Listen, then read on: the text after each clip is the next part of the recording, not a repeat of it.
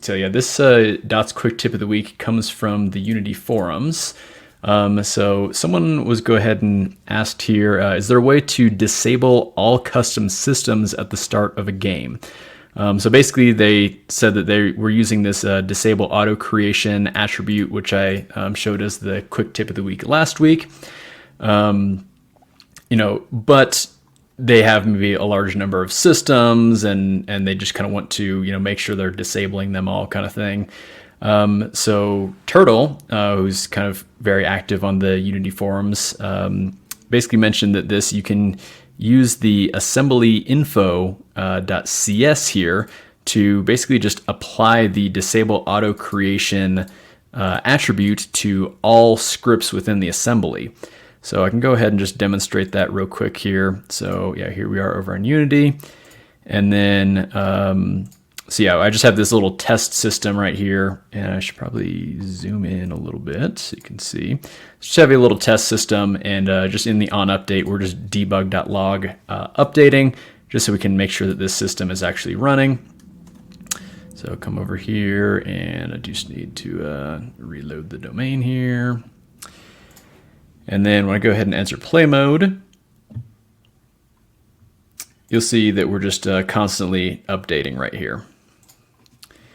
Now, what I can do is, so what I've done here, and this actually might end up being a little bit small, but I'll kind of talk you through what's going on here. So I just have this test directory, and we have the test assembly definition file. So I've also created an assembly info.cs, which basically just kind of allows you to add some additional, attributes, properties, and things like this to the assembly definition. So in here, we can go ahead and just basically put this little attribute here where we say, assembly : disable auto creation. And then now all the scripts within this assembly are basically always going to have this disable auto creation attribute in here.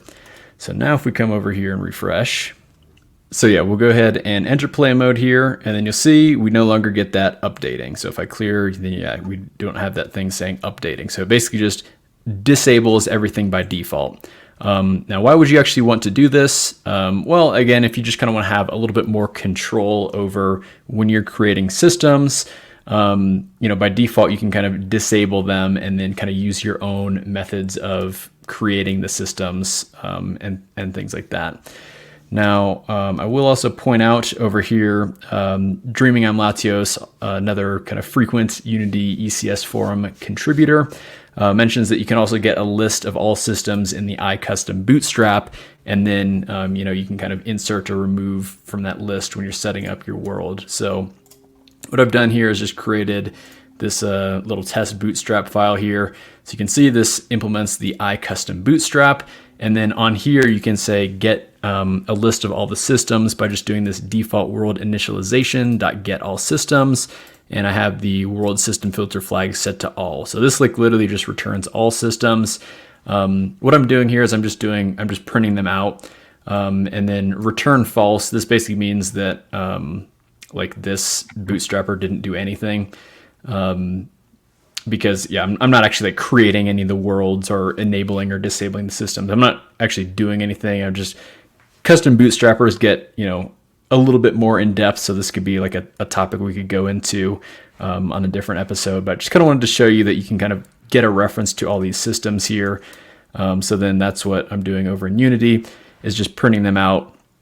And you see that it prints out basically all the systems in the game. So you see there's the tmg.jetbrains talk ones, which are the ones that I obviously created. There's also the unity.entities ones. So this is literally all the systems in the game here.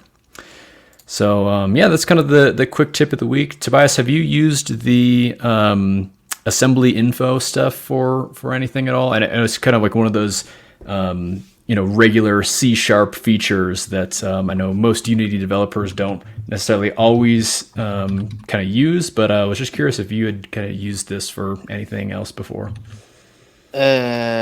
Yes, I have, but I don't remember where. Actually, I was just looking through my source code, and I have a shit ton of them, but I don't remember what they do, or if I do anything specific in any of them. I don't think so. I think I had something at one time, but I maybe had to did remove it because I had something else. There was something along the lines of generics in dots, but that Okay. was probably kind of early on. Um, I do, however, want to point one thing out with this like control thing about controlling creation of things.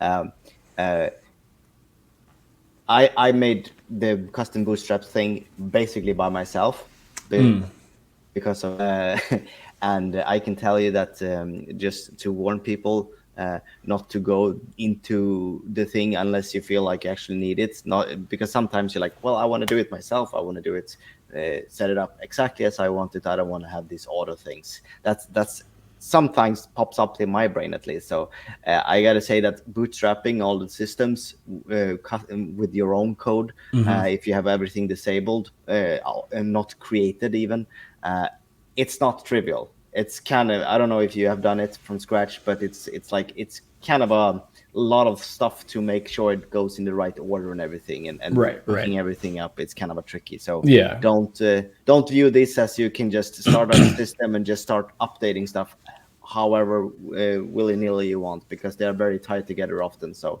it's a little bit tricky, but other than that, it's a very good it's a good way to do that if you need everything to not start Yeah. or not Yeah. to be created. Yeah, just kind of wanted to point that out to people, let them know that that is something that they can do. Again, yeah, you do have to, like Tobias mentions, it is a little bit more complex because you have to create all your systems, and that's also where you specify any type of like system ordering or system grouping. Yeah, you kind of have you have to be in charge of that. So again, it's one of those things where it's like nice that Unity gives you that option that you can kind of have much more manual control over all that. But a lot of times with that manual control, you have to, you're responsible for everything. So you have to kind of account for all that.